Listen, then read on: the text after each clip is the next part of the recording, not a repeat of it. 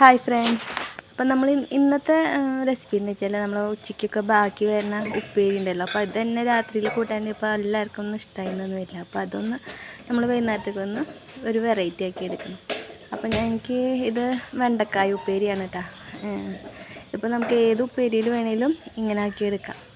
അപ്പം അതിലേക്ക് ഞാനിതാ കുറച്ച് ഓയിൽ ഒഴിച്ച് കൊടുക്കുന്നുണ്ട്. പിന്നെ ഇതിൽ എരിവുള്ള കാരണം ഞാൻ മുളക് പൊടി ഇടുന്നില്ല. പിന്നെയും നിങ്ങൾക്ക് എരിവൊക്കെ വേണമെന്ന് വെച്ചാൽ ഈ സമയത്ത് അതിൽ മുളക് പൊടി ഇട്ട് കൊടുക്കുക. ഓയിൽ നന്നായി ഒന്ന് ചൂടായി വരുമ്പോൾ അതിലേക്ക് കുറച്ച് ഉപ്പിട്ട് കൊടുക്കുക.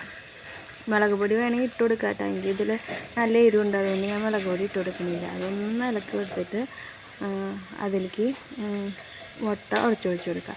ഇവിടെ 2 മുട്ടയാണ് ഇട്ട് എടുക്കുന്നത്.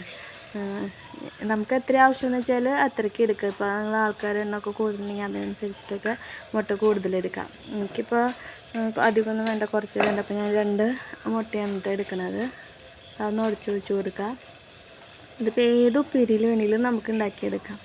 ഇപ്പോൾ ഉപ്പേരിയിൽ പിള്ളേർ കഴിക്കില്ലെങ്കിലൊക്കെ ഇതുപോലൊക്കെ ഉണ്ടാക്കി വെച്ച് കൊടുത്താൽ അവർ കഴിച്ചു പോകും. ഇങ്ങനെ ഉണ്ടാക്കുമ്പോൾ നല്ല ടേസ്റ്റാണ് ഉപ്പേരി കിട്ടുക. നന്നായി ഒന്ന് ഇളക്കി കൊടുക്കുക. തീ കുറച്ചിട്ടിട്ട് ഇത് ഇളക്കി കൊടുക്കുക, അല്ലെങ്കിൽ അത് പെട്ടെന്ന് തന്നെ അരി പിടിച്ച് പോകും. ഇതിപ്പോൾ ഇങ്ങനെ ഉണ്ടാക്കി കഴിക്കില്ല. അപ്പം നമുക്കിത് വെണ്ടക്കായ തന്നെയാണെന്ന് തോന്നുന്നില്ല കഴിക്കുമ്പോൾ. വെച്ചാൽ അത്രയും ടേസ്റ്റാണ്. പിന്നെ ചോറിന് ശരിക്കും സത്യം പറഞ്ഞാൽ വേറെ കറിയൊന്നും വേണ്ട, ഇത് തന്നെ കൂട്ടിയിട്ടേ നമുക്ക് ചോറുണ്ട്. അത്രയ്ക്ക് ടേസ്റ്റ്. അപ്പം നിങ്ങൾ ഇതുപോലെ ഉണ്ടാക്കിയിട്ടില്ലെങ്കിൽ ഒന്ന് ഉണ്ടാക്കി നോക്കിയോളൂ കേട്ടോ. എന്തായാലും നമുക്കിത് ഇഷ്ടമാവും. ഇവിടെ റെഡി ആയി തുടങ്ങിയിട്ടത് ഒന്നും കൂടി ഒന്ന് റെഡി ആയാൽ മതി നമുക്ക്.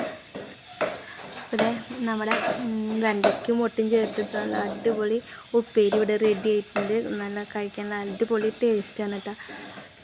അപ്പോൾ നിങ്ങൾ ഇതുപോലെ ഉണ്ടാക്കിയിട്ടില്ലെങ്കിൽ എന്തായാലും ഉണ്ടാക്കി നോക്കിയോളൂ, നിങ്ങൾക്ക് എന്തായാലും ഇഷ്ടമാവും.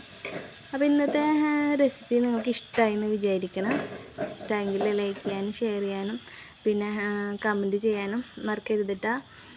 പിന്നെ നിങ്ങൾ ചാനൽ ആദ്യമായിട്ട് കാണുന്ന കൂട്ടുകാരാണെങ്കിൽ ഒന്ന് സബ്സ്ക്രൈബും കൂടെ ചെയ്തോളൂ കേട്ടോ.